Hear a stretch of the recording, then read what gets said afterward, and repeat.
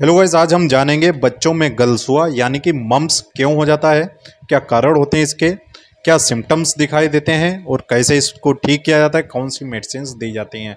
तो यही सब जानने वाले हैं, तो वीडियो को पूरा देखें। तो सबसे पहले बात करेंगे ये गलसुआ यानी कि मम्स होता क्या है और क्यों हो जाता है।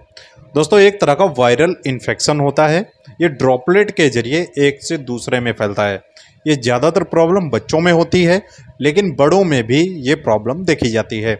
गलसुआ, ये गाल जो होते हैं, ये जो टॉन्सिल्स होते हैं, इनमें सूजन आ जाती है। दोनों साइड में सूजन आ सकती है या फिर एक साइड में सूजन आ सकती है। उसके साथ ही फीवर भी बच्चों को आने लगता है। एक वायरस होता है जिसको फिल्टरेबल वायरस बोलते हैं। वायरल इन्फेक्शन कभी भी हो सकता है, बदलते हुए मौसम में ज़्यादा होता है।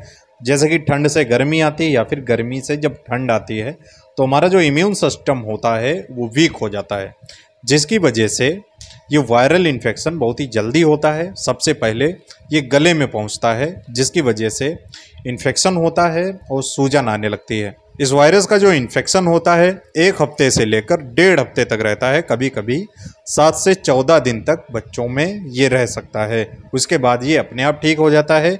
धीरे धीरे पेशेंट को रिलीफ मिलने लगता है।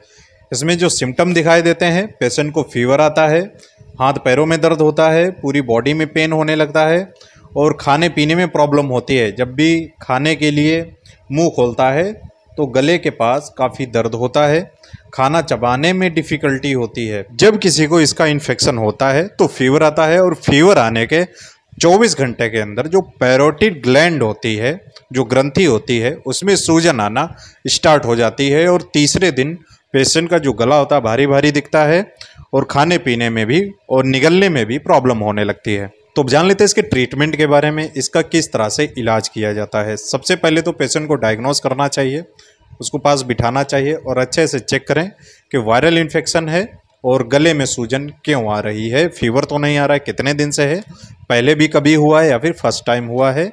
तो ये सब जानना काफ़ी ज़रूरी रहता है। उसके बाद इसका ट्रीटमेंट करना चाहिए।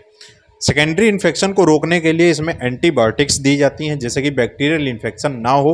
वायरल इन्फेक्शन तो होता ही है, साथ में बैक्टीरियल इन्फेक्शन ना हो, उसको रोकने के लिए एंटीबायोटिक्स दी जाती हैं। इसमें जो एंटीबायोटिक्स चूज की जाती हैं वो होती हैं एमॉक्सिसिलिन, एरिथ्रोमाइसिन और सिप्रोफ्लॉक्सासिन। ये मेन एंटीबायोटिक होते हैं, इनका इस्तेमाल किया जाता है। लेकिन ज़्यादातर मामलों में जो अच्छा वर्क करती है एमॉक्सिसिवी यानी कि एमॉक्सिसिलिन और पोटेशियम क्लेवेनेट। 625 mg गोली आती है, सुबह शाम इसको दे सकते हैं अगर कोई एडल्ट है।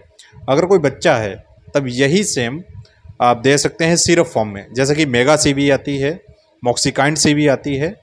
1 चम्मच सुबह शाम बच्चे को दे सकते हैं। और इसके साथ ही सूजन को कम करने के लिए एसाइक्लोफेनेक और पैरासीटामोल कॉम्बिनेशन में सिरप आती है, या फिर मेफेनेमिक पैरा दे सकते हैं, सिरप आती है। 5 ml बच्चे को दिन में 3 टाइम देनी चाहिए। इसके साथ ही मल्टीविटामिन सप्लीमेंट जरूर देने चाहिए।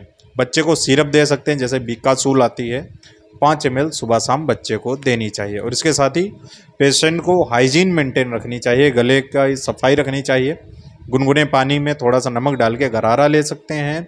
बहुत ही ज़्यादा पानी पीना चाहिए, ज़्यादा से ज़्यादा मात्रा में, जिससे पेशेंट डिहाइड्रेट ना हो। तो ये सारी चीज़ें ध्यान रखना होता है। अगर कोई पेशेंट अडल्ट है तो यही सेम चीज़ें टेबलेट फॉर्म में दी जाती हैं।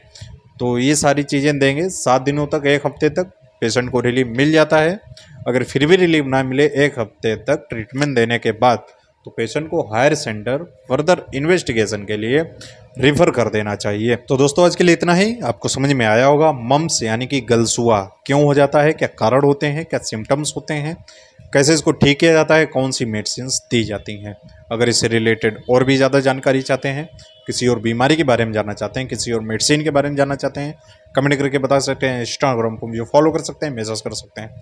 आई होप दोस्तों आपको वीडियो पसंद आए तो वीडियो को लाइक करें, चैनल पर सब्सक्राइब जरूर कर लें, बेल आइकन को प्रेस कर लें, जैसे इन्फॉर्मेटिव वीडियोज़ आपको हमेशा मिलता रहेंगे।